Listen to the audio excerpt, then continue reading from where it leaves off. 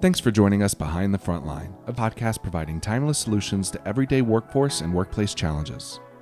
Frontline Training Solutions is an express employment professionals company, strategically placed between the workplace and the workforce with professionals standing by, ready to combat your unique challenges.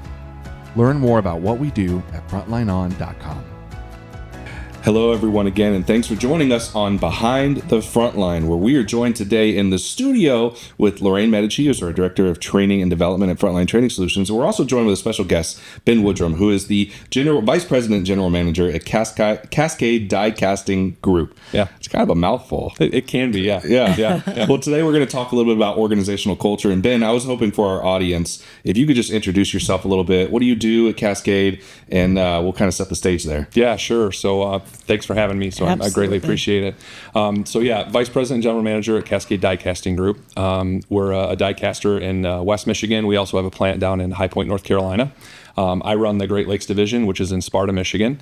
And so it's a high pressure aluminum die casting business. I've been there for getting close to 2 years already.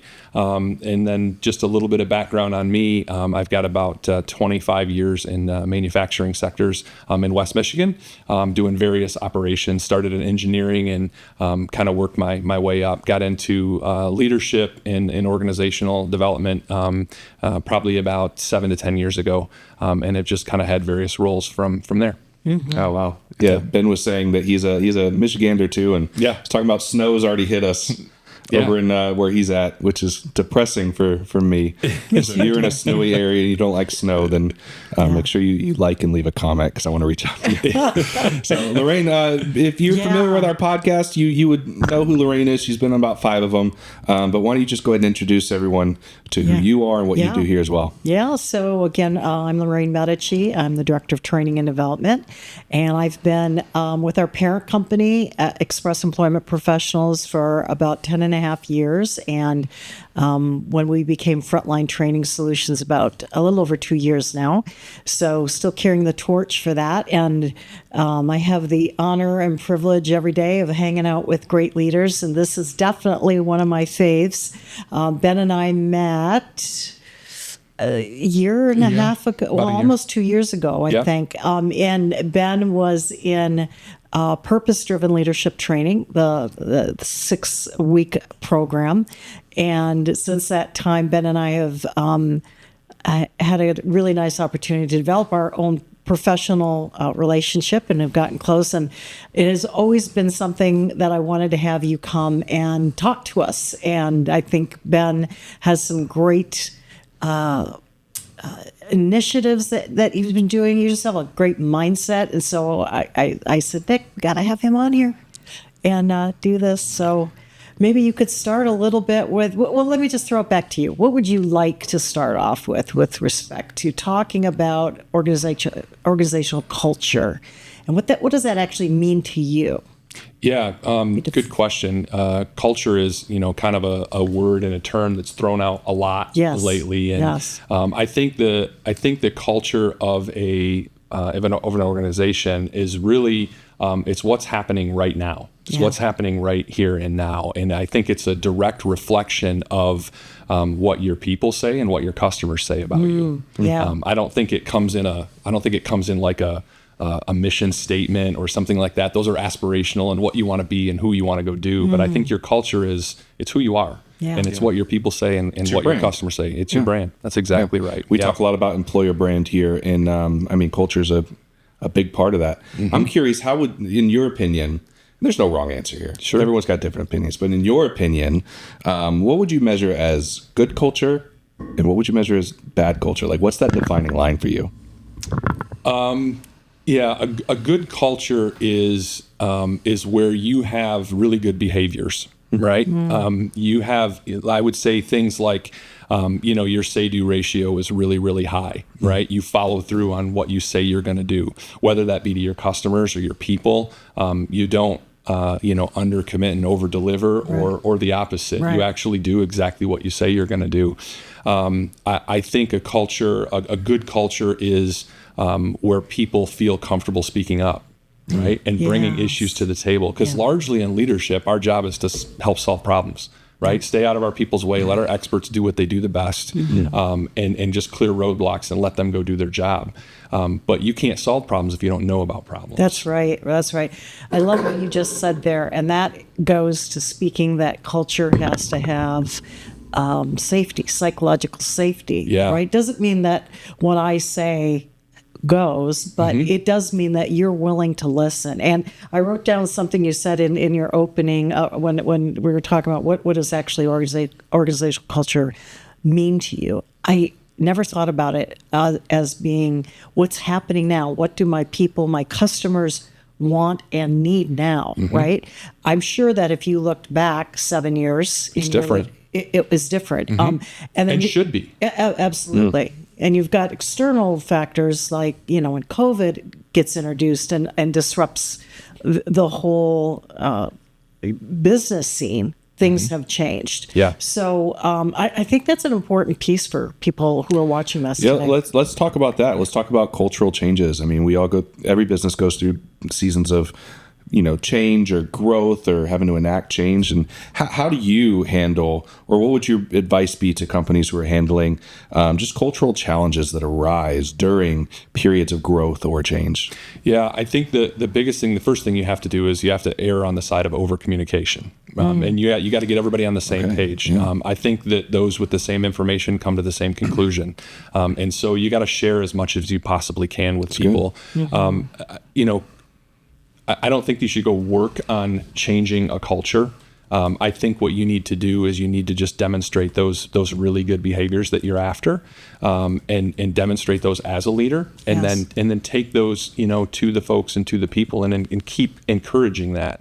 If you do need to make a culture change, which we all need to change with the times because things happen rapidly, right? And it seems like it's exponential as time changes.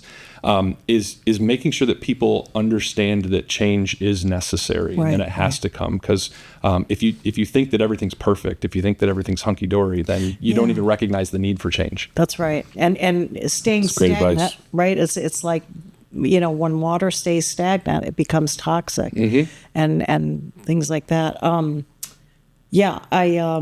I was wondering to kind of work off of what Nic's question was with changes, and just because we just did a broad podcast on generations, what, if anything, have you seen different about?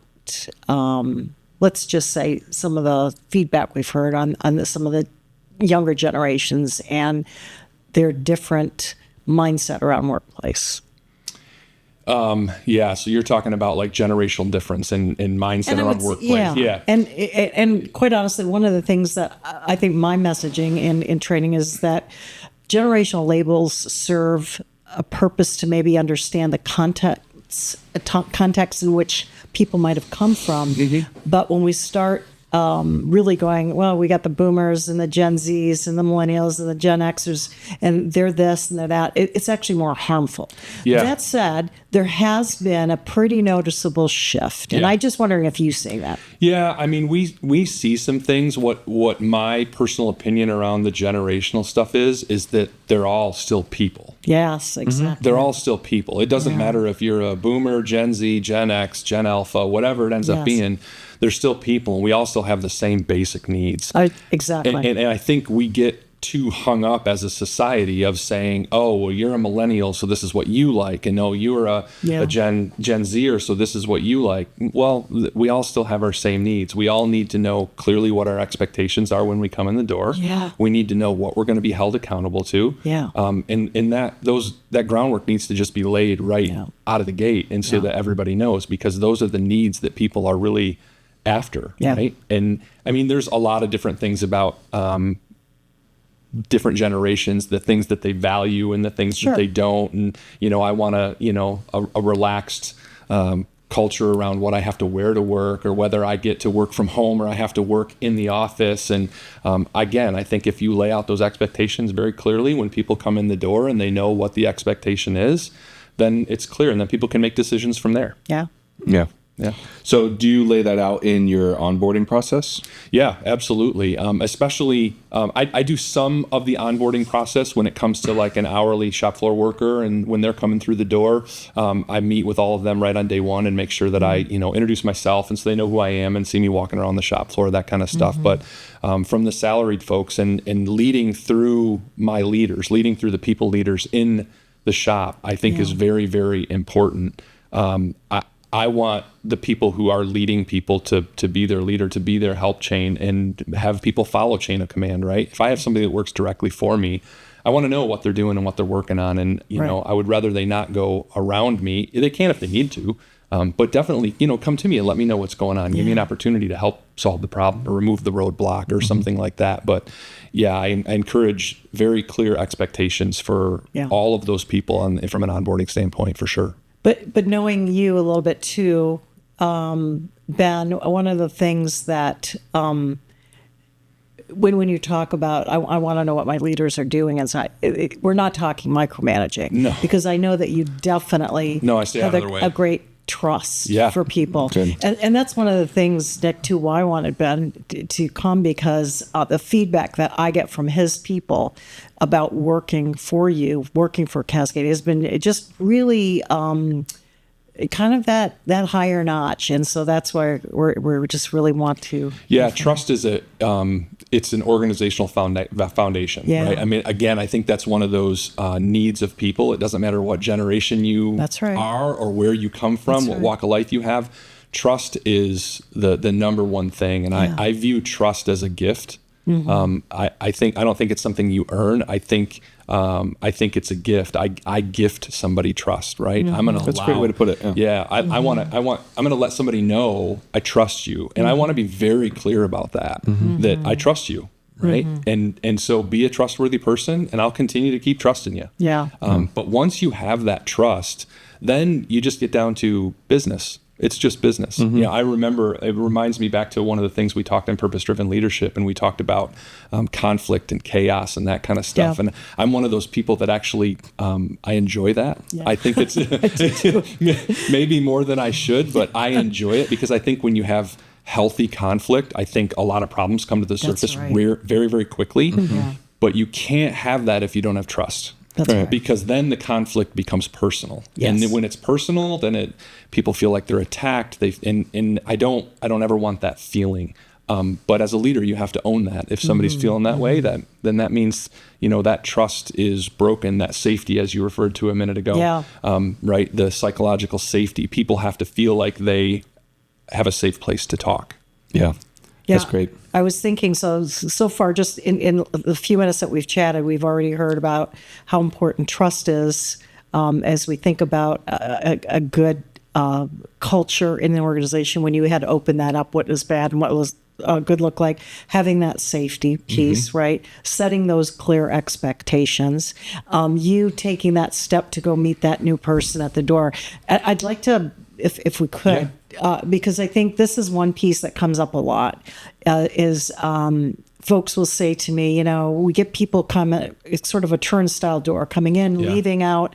And I started hearing that a lot in the last probably 5 years. And it made me start thinking more about, what does interviewing process look like? What does onboarding process look like in the organizations? And I want to ask you, maybe you can give our listeners today a little bit, and I think this has to do with a really strong culture, is day one. I walk in, what does day one potentially look like that would set you guys apart as being a really healthy culture?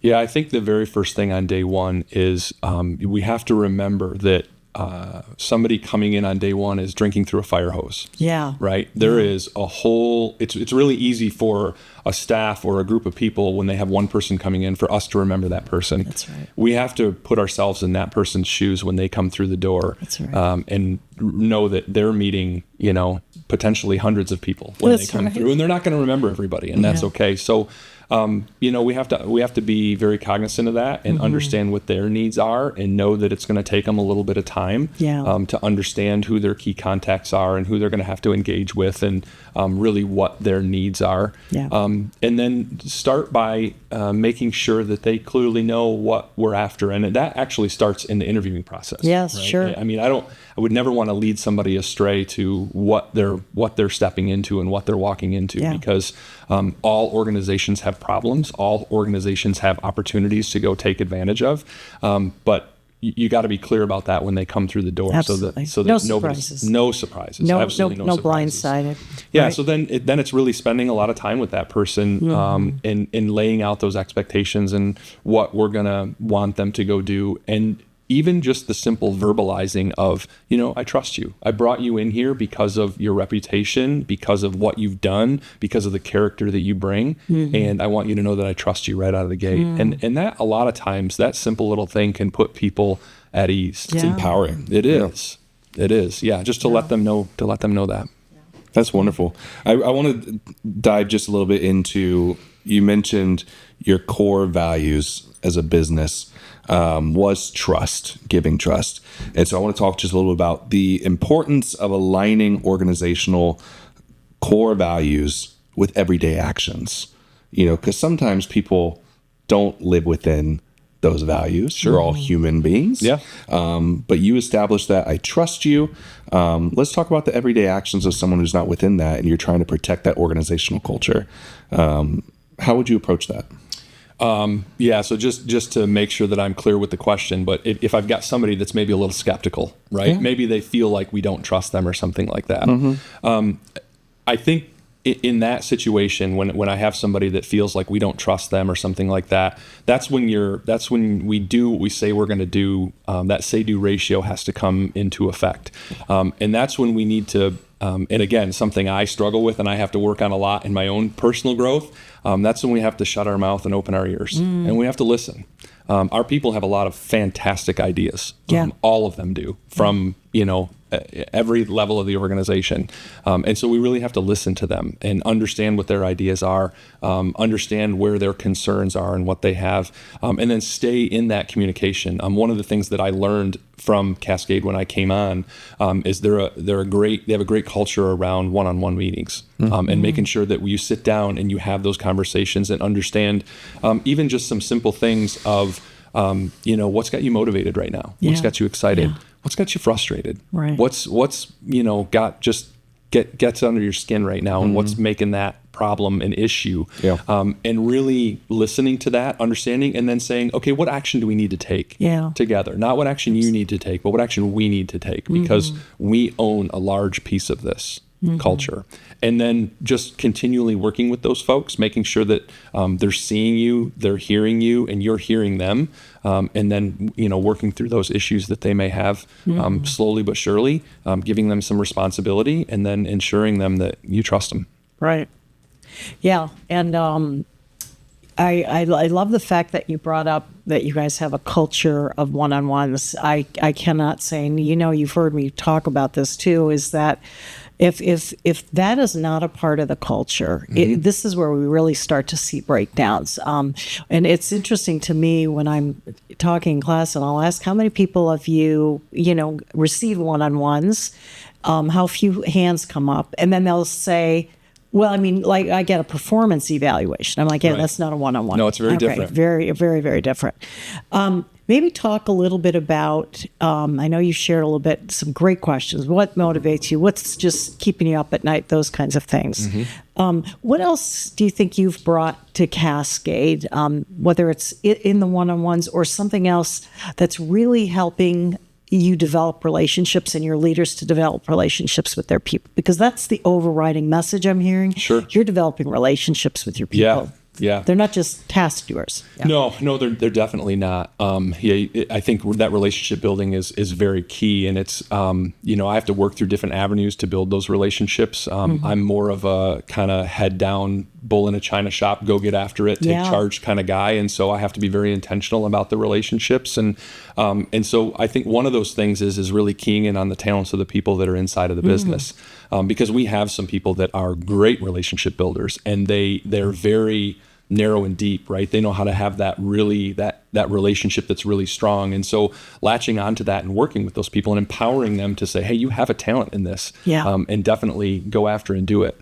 I would say the other piece that I probably brought to Cascade, one of the bigger ones, is accountability. Okay. And working through accountability. And what I highly encourage is not vertical accountability, but horizontal accountability. Okay. And so I have a group of people that work on my team together that have different disciplines, right? We have a senior engineering manager, and we have a operations manager and HR manager, and et cetera, et cetera. And my encouragement to them is, you don't have to wait for me to make a decision. You guys know what the right thing is to do. You know if you need to hold your teammate accountable, so hold them accountable. And just giving them a forum and the permission to go do that. You have to be very intentional with making sure, again, that they know that they can trust each other, and allowing that to happen. But I would say that is probably one of the bigger pieces. What I would say the first thing I did when I came in the door at Cascade was remembered that, this was a 45-year-old business that is a very strong die caster in the market and in the space. So don't screw that up. Yeah. Right. And that would definitely be a piece of advice that I would give to any leader that's coming into any position in any company. Like, the company there's a reason you're going to that company. There's a reason that they're a great company and that you're choosing to go work there as well. So don't screw that piece up, because they're very good at some things. You don't have to come in and implement everything that you think is great. Understand what they have that's already good, and then just pull some tools out of your toolbox to enhance those and take them to the next level. I love this idea of like peer accountability, because we get that question a lot. And how do we keep people accountable? How do we hold people accountable? We're actually going to be doing a webinar on it here soon. But I love that aspect of just a cultural value of peer accountability. Is that something that you guys have a framework that you follow, or is it just something kind of unspoken that you just hold this? Yeah, I would say there's a tool and a framework that we started with that we still use on a daily basis, and this is something that I stole shamelessly from learning at a previous employer, and that was taken from a book and a leader, and it's just called an accountability board. It's very simple. It's a really simple tool that hangs on the wall. It's something that we touch base every day for just a short period of time. Every leader's name is on it. It's only 31 days long. And they assign each other action items publicly in front of everybody. Like, hey, I need you to go do this for me. Hey, Nick, this is something that's really important and I need you to get this done. When can it be done? And it gets hung on the board. And when you said it was going to be done, we're going to pull it down as a team and we're going to look at it and say, did you do it? Did you get it done? And sometimes the answer is yes, and sometimes the answer is no, I didn't prioritize it. Okay, we'll let you push it out one more time and then we'll talk about it again. And it's a very simple tool, but it started to drive a thought process and a change that you wouldn't have to wait for that board anymore either, right? I can walk into your office and I can say, hey, I need something done and I need you to help me with this. Interesting. So when you first kicked that out, tell us about maybe some of the growing pains. Yeah, a lot of animosity. Well, at very first, for quite some time, I would say, okay, does anybody have any actions? And it was crickets, right? Everybody's afraid to assign somebody else an action because they don't want to be perceived as a bully or somebody that's pushing somebody around or just being, the negative Nancy in the room. And so there was a lot of animosity. And then at the same token, nobody wanted an action assigned to them, right? Because they're going to get called out in front of everybody right out of the gate. And once they realize that it's not personal, it's just business, it's something that needs to get done. How can I help you? What roadblocks do you need removed? And let's go get this done. So, not to get too much in the weeds, but enough to give listeners an opportunity to think. So if you said, hey, Lorraine, I need you to get this report done by, I'll just pick November 30th. And I'm like, I can do that for you, Ben, but I can't do it by November 30th. Are we having a discussion about the flexibility of time absolutely. on that? Okay. And actually the way it's designed is I assign you an action and say, I need this report done. Okay. You tell me when. Okay. But I'm going to give you a 30-day window from today. Oh, I see. So okay. if today's the 22nd of November, you get till the 22nd of December. Got it. You decide when in that window you want to do it. Okay. And so you might say, I can get it done by the 15th of December. Perfect. We'll put it up for the 15th of December. Okay. And then when the 15th of December comes by, that day on the 15th, we pull that action down and I say, hey, Lorraine, did that report get done? And Beautiful. you go, yep, it did. Perfect. Okay. If it doesn't, then I go, okay, when is it going to get done? Yeah. And you get an opportunity to push it one time. Yeah. And you could probably even have a conversation. We've talked about this, through coaching too, is, maybe privately what got in the way, Yeah, especially if there's barriers that are keeping. The intent is you get to push it a couple of times, and then it's a different conversation. Yeah, got it. And then it's a different conversation. That's Because really if it's important enough to put on the board, it's important enough to get done. Yeah. Yeah. In my head, I'm a realist, so I'm thinking, what about that one instance where there's that one person like, hey, Nick, I need you to get this done. And someone else like, hey, Nick, I need you to get this done. Yeah. Like, hey, Nick, I need you to get this done. And you're like, what's everyone else doing over here? Oh, yeah. And that happens in waves. Yeah. That happens in waves. I would say our operations manager tends to take a lot of actions. He gets quite a few of them. And it's, I have to encourage him sometimes to say, hey, it's not because it's you. It's because of the position that you hold, right? You have a responsibility over 80% of the people that work in this factory. You're going to get a lot of actions. It's going to happen. Yeah. Right. And it's in waves. If we have a spike of, quality issues that we need to deal with, the quality manager ends up taking quite a few actions. Okay. If it's people related, the HR manager ends up taking quite a few actions. Okay. And so it happens in waves from time to time, and that's okay. I think it also speaks to the trust too, because it's like that person's always getting the actions. Like, well, we trust that you're going to get it done. Mm-hmm. Yeah, good point. Yeah, it's a really good point. That's really great. So going back in the beginning, you had crickets. Yes. I'm going to have my head down. Don't pick on me. I don't want to have an action step. Talk about the evolution a little bit. How did it kind of shift and get to the point to where it is to? Yeah, and I would say we're maybe a year into using it, and we're still growing. Okay. And so That's just fair. in true transparency, it's not 100% yet. Yeah. We have a long ways to go and a long ways to grow. Some are better than others about bringing the issue up and saying, hey, we talked about this, like it's an issue. Do we need to take an action on this? Sure. And then we make a decision and we go, yep, who needs to own it and how are we going to go forward? And there are others that, we still struggle as a leadership team. We still talk about, okay, what are we not doing right to allow people to speak up and bring these issues up at the time that we want them brought up? Because we didn't talk about it. And then later in the day, all of a sudden we find out about it and we find out somebody knew.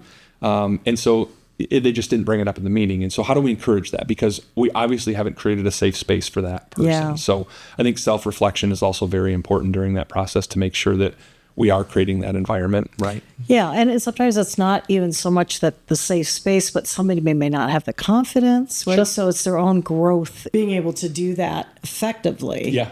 And go, I just need to have the confidence and know that I'm asking you guys to do this, not out of a personal thing, but yeah, and it's a different forum, and it's not a forum for everybody. I mean, you have 15 people standing around in a room together, all talking about it, and some people are very comfortable getting in front of a group of people and saying, "Hey, we got a problem here, guys. We need to go solve it." Yeah. And other people are like, "There is no way I can bring this up in front of this group of people. Yes. I just can't."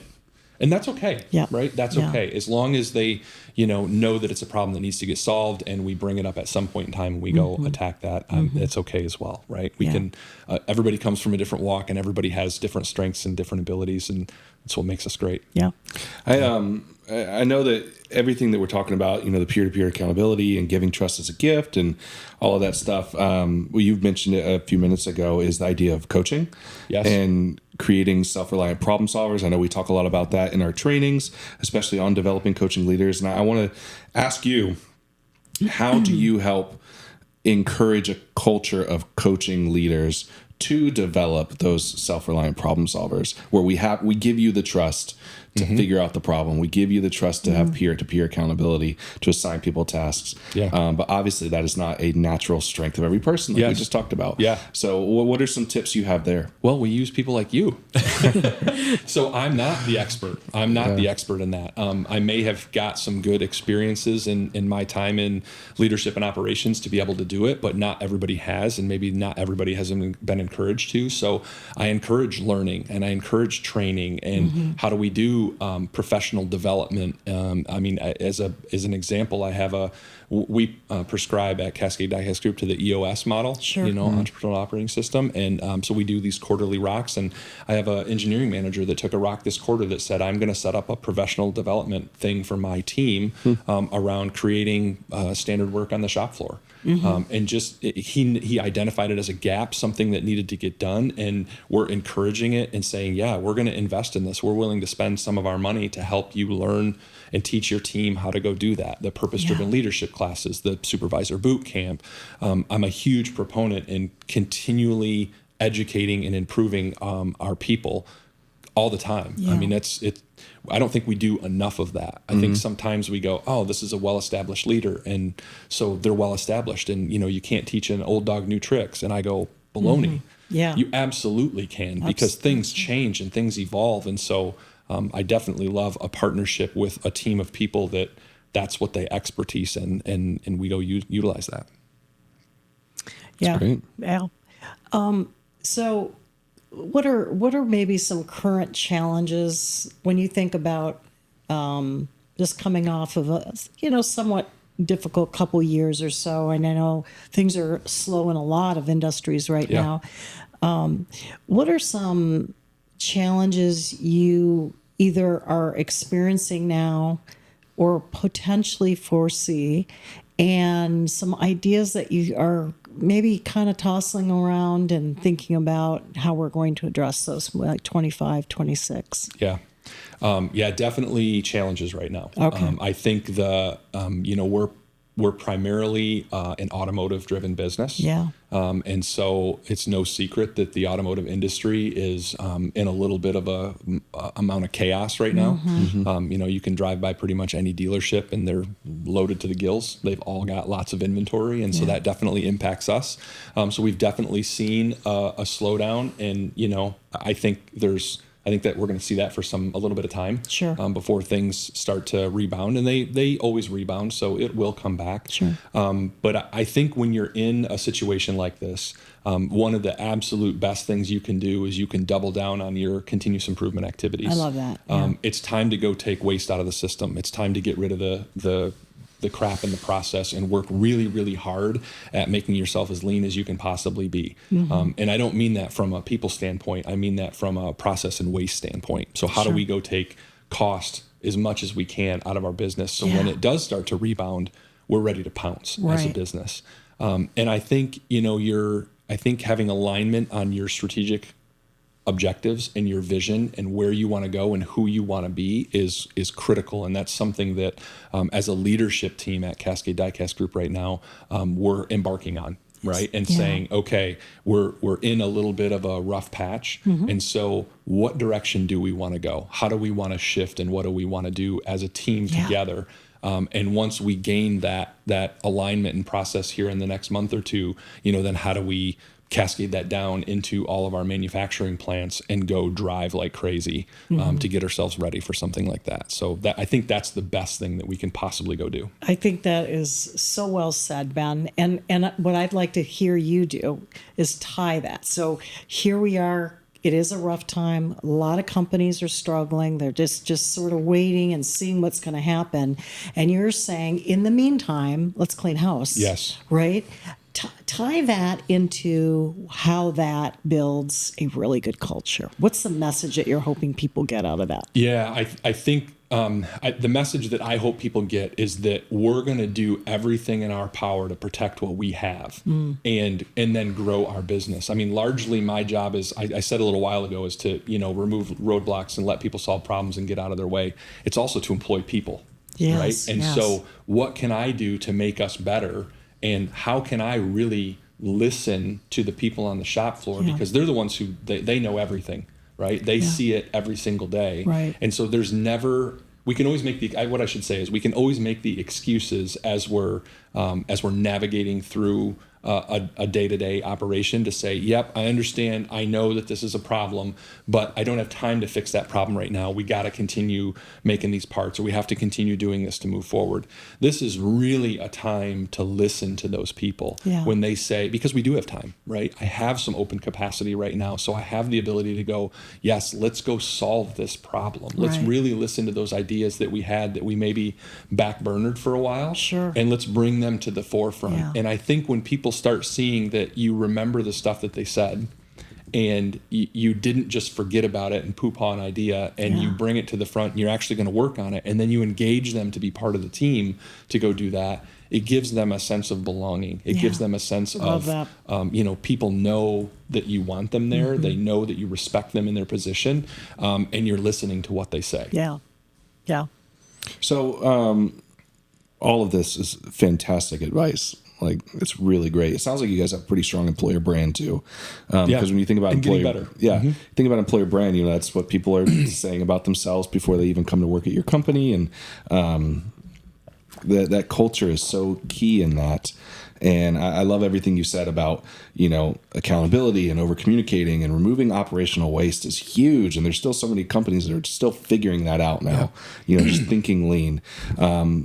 But getting away from just the trust and the tasks and the operational focus, I want to ask you a question about how are you maintaining or building a culture that also, honors celebration or compensation. Obviously everyone's that word means differently to some people. Some people it's money, some people it's benefits, time with the leader, sometimes it's time off, so it means different things, but what are you guys doing there just to kind of help build that culture? That's a great question and very timely, and so that's actually something that I encourage in all the one-on-ones that every leader is having with their people is I think there's two fundamental questions that you need to ask each person. One is, how do you like feedback? Which way do you like that? Some people like it publicly. Some people like it privately. Some people like it often. Some people are like, I can handle it once a year. I don't need it. But everybody's a little different when it comes to that. And so I think really learning the nuances of those people is really important. The other one is, how do you like to be celebrated? What does the celebration look like? Because some people, and this is just a recent one for me, some people like fanfare. Right? They like the excitement. They like everybody being there. They want the cake. They want the balloons. They want the confetti. They want it all. Yeah. And there are others who say, and I'm like you, right? I'm like, Lorraine is cringing. A quick email saying congratulations would be just enough, right? Yeah. I don't need anything more than that. And because that's who I am, shame on me for thinking that that's the way everybody should be. Right. And so it's really important to ask those people. There were some great cultural things that Cascade had, well before I came that I just was lucky to be a part of.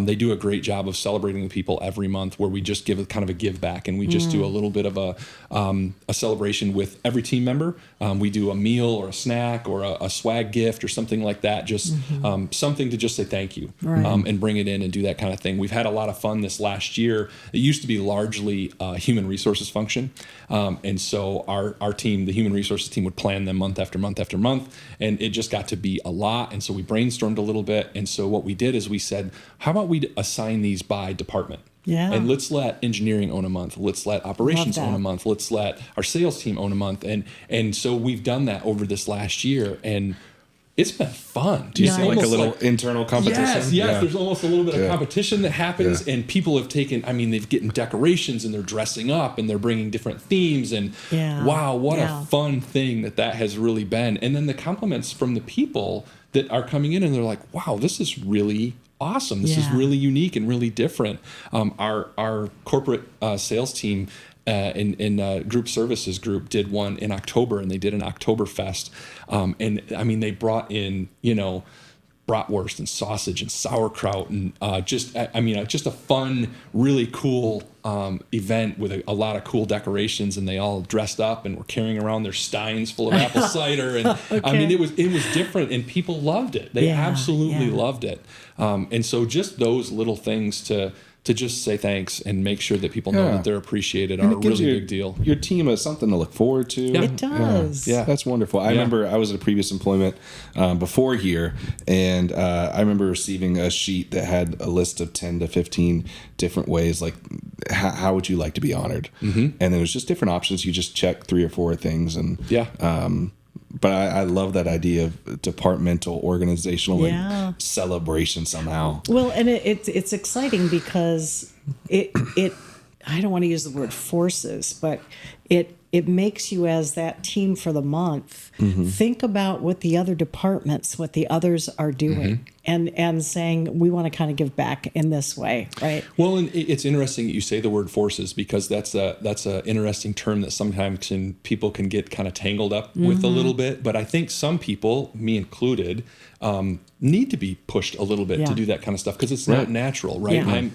you know my disc profile, right? I'm a off the charts D and push, and a lot of times I don't think about that kind of stuff, and so I have to figure out how to put it in front of me. Where there's others who just naturally, that's just, man, the thank yous come out of their mouth fast and easy and just fluent, right? And so we have started a small little team inside of the Great Lakes Division that we're kind of piloting, and what we're doing with that team is to say, we care. Yeah. So how do we show people that we care? What do we need to do? When somebody has a significant work anniversary, what should we do and how should we do that? When somebody has a birthday, what should we do and how should we do that? So that we get a little bit more personalized to each individual person, knowing what makes them tick, what they like, how they like to be celebrated. And we feel pretty strongly that if we can put those little personal touches on those things, that it'll just take us to the next level. I think that's so important too, just the demonstrating the care and communicating that you care. Because I can't imagine anyone out there is just like, I can't wait to get to work and be disrespected today. No, you know? That's, and I also can't imagine that anybody's thinking that I'm going to go to work and disrespect people. Right. And so I really believe that the vast majority, 95+% of people, they care. They really do care. They care about what they do. They care about having a good day. They care about the people that they work with, that work for them, that they work for. We just all show it in different manners, and we show it in different ways. And so how do we be a little bit more intentional around how we take care of those folks? And it doesn't cost anything on those emails. Our owners do the same thing for our work anniversaries and birthday. And so when I read yours, Nic, when it's your anniversary or birthday, and so much is put into those emails. Right. It's not just a happy anniversary. It's well thought out story. Well, I mean, sometimes it's 3-4 paragraphs long, and how this person impacts all of us, and their natural skills and their acquired skills, and how it's impacting our mission. I read those, and it just reminds me again, to. I'm going to steal shamelessly. That's way better than what we do right now. But what a fantastic thing to do. And that costs time, but it's such a invaluable message. Well worth it. It shows intention. Yes. And I think intention is the key word there, because like you're saying, you can care. Everyone should care, but whether or not you're intentional with it is really what's going to make the difference. Yeah, because when people see the intentionality, then they know it's genuine. Yeah. And that's the genuine piece is what people really need. I love that. I'm going to start to land the plane a little bit, and just as we're talking to listeners out there who are hopefully rapidly taking notes and hitting pause to take notes, what are some other just misconceptions about building just a strong culture, in your opinion? Like, what are some misconceptions out there? Like, I need to do this, I need to do that. Maybe you shouldn't do that. What I would tell you is, if you walk into a business and you think they have a bad culture, they probably have a bad leader. If you find a good culture, you're going to find a good leader. And I say that because I've been both in my career and learned a lot through that process. People are people. And they're, to your point, right? We talked a little bit about people don't come in saying, I'm just going to screw off today, or I'm going to not care today. They don't. That's not innate to people. People come in and they want to do a good job every single day. I know I do. And I know that everybody else in my plant likes to do that as well.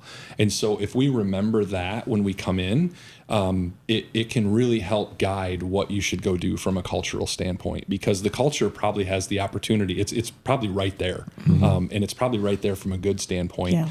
You just have to, from a leadership standpoint, you have to have a really good say-do ratio, follow through what you're going to do, communicate, be open, be honest, and become a trustworthy person so that they trust you as a leader. Because if they trust you, and I know we've talked a lot about that today, they'll do anything for you. Well, and I think it goes back to what you said very in the beginning, is listen to your people. Mm-hmm. I don't think what works is taking whatever the hottest and greatest thing is off the bookshelf and go, we're going to implement this.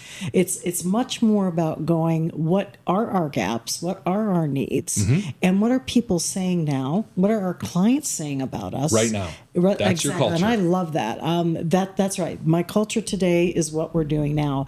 And going, now let's think strategically about what we really need to do, and always aligning it back to the values. Yeah. You got to have something that you rest your culture on, and mm-hmm. who you are and your branding. And you can't just be pulling things out of the air and hope it lands, Yeah, you have to figure out how to take that strategic vision, yes. whether that be a psychological or a mission statement or whatever it is, and how do you turn that into action? Yeah.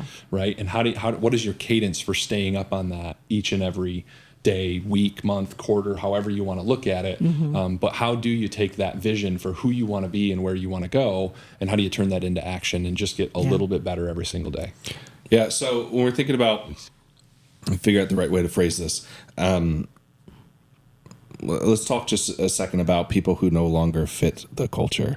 Culture is subjective to some people. Mm-hmm, sure. And your organizational culture, you guys are culture keepers, and you're protecting that, and you're empowering that, and mm-hmm. you're trying to build that. But obviously not every person, mm-hmm. It may have fit that at one point, may not fit that long term. Mm-hmm. And there might be a weed in the garden. Mm-hmm. What would be your advice for that situation? Yeah, I think transparency is key there, from both sides, right? Hopefully you fostered an environment where that person or that individual is comfortable telling you that. Like, mm-hmm. I don't like the direction that the company's going, or mm-hmm. I don't feel comfortable with the way things are happening here. And then, ideally a mutual agreement is the best way to go through that, right? Yeah. We can offshoot and get a safe landing for somebody in a space that's going to be better for them, and we can help them get to that point.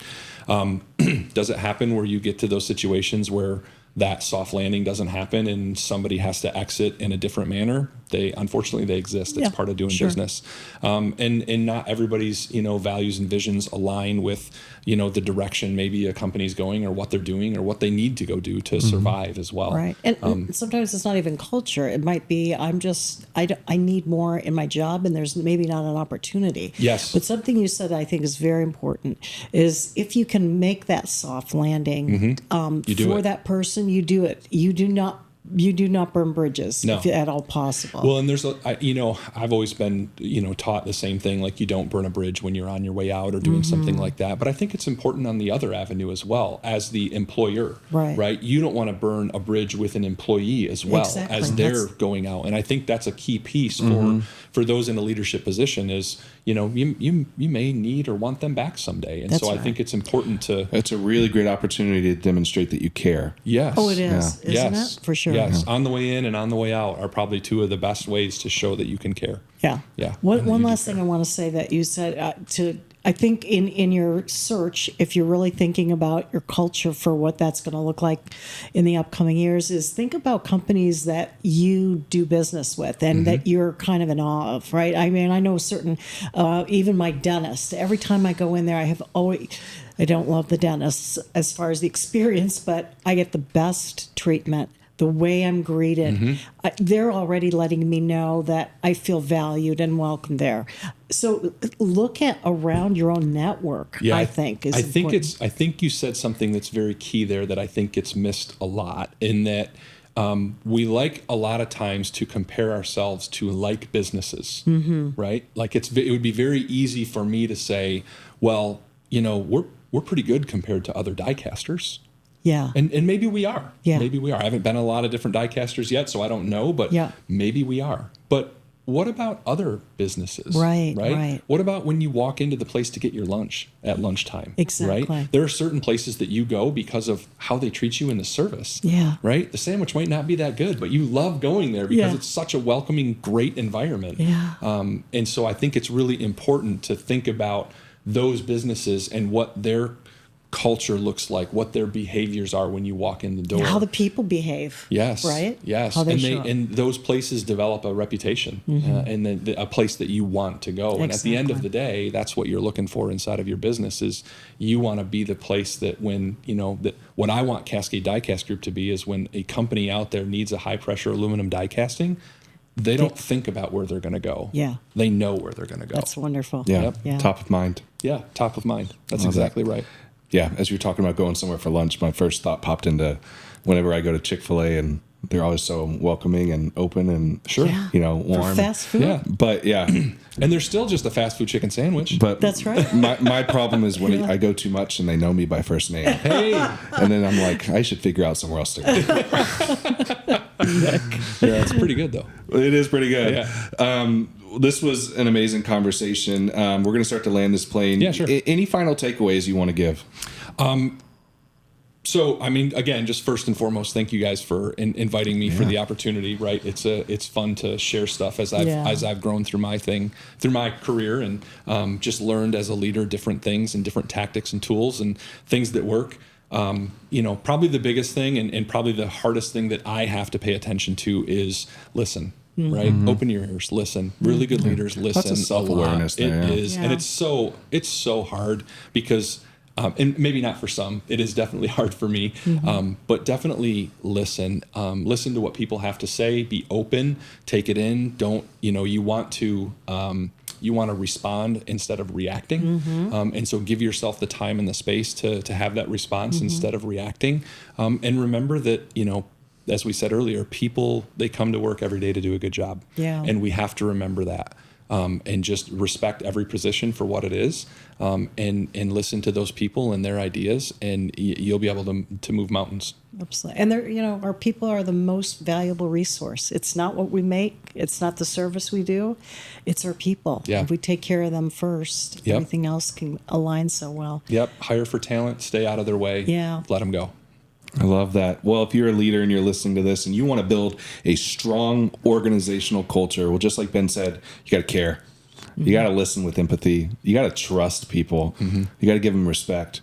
And you got to build a culture where they can have accountability and freedom and trust and just honestly care. Yeah. Care about your people. That's right. All right. It starts with you. It starts with the leader. That's right. So thanks for listening today. Thank you, Ben. Yeah. Thank you, you. Lorraine. This Thank was a you, pleasure. Ben. Yeah. If you want to know anything more about what we do at Frontline Training Solutions, visit us at www.frontlineon.com and keep listening to the podcast because we're going to keep having conversations like this. All right. So we'll see you next time on Behind the Frontline.